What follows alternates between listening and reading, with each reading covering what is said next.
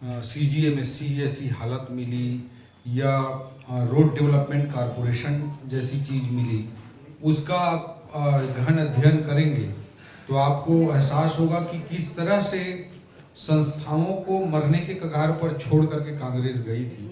इस बात को आप डीप जा करके डेटा स्टडी करेंगे, सारे फिनेंशियल पैरामीटर्स का अध्ययन करेंगे, लोन डेटा का अध्ययन करेंगे, तो आपको साफ तौर पर दिखाई देगा।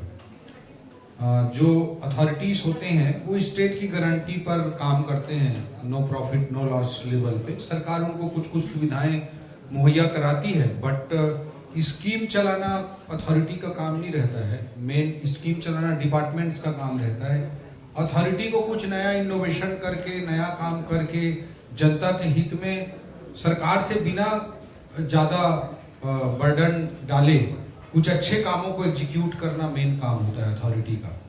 तो उस दिशा में हमने लगातार प्रयास किए हमारी सरकार बनने के बाद, और हम दूसरे अथॉरिटीज़ में क्या प्रयोग किए हैं और उसके क्या परिणाम आए हैं उसे किसी अन्य अवसर पर मैं व्याख्यायित करूंगा।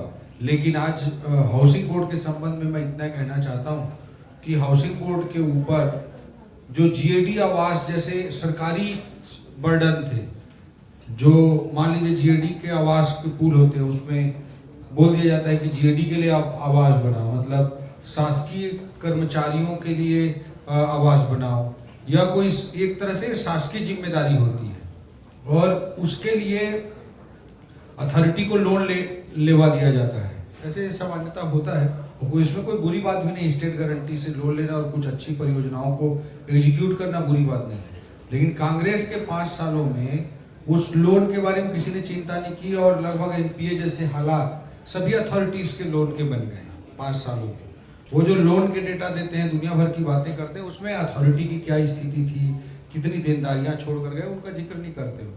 तो हाउसिंग बोर्ड के ऊपर जो मैं पहला बिंदु रखना चाह रहा हूँ कि हाउसिंग बोर्ड मृतप्राय स्थिति में था, और उसको बचाने के लिए आदरणीय मुख्यमंत्री जी के नेतृत्व में हमारी सरकार ने बड़ी वित्तीय पहल की।